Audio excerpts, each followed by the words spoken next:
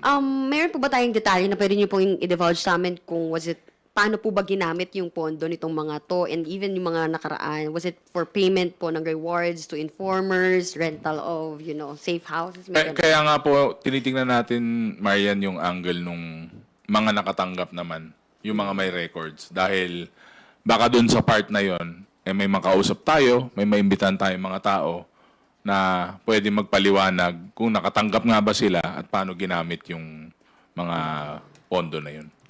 Sir, base rin po kasi doon sa guidelines nga po ng Joint Circular 2015-01, dinitalye rin po doon yung mga bawal paggamitan po ng confidential funds. Base rin po ba doon sa pag-isa-isa natin nitong mga ARs, meron po ba tayo nakita na mga ganun namang detalye? Kumbaga, salaries, mga incentives, meron ba tayong ganun? Well, sabi ko nga, yung part na yon mas madidiscuss po dun sa Article 2 ng impeachment.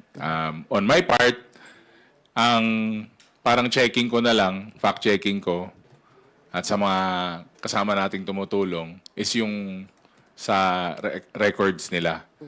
Pero maganda kasi yung tanong mo dahil tingin ko it will form part of the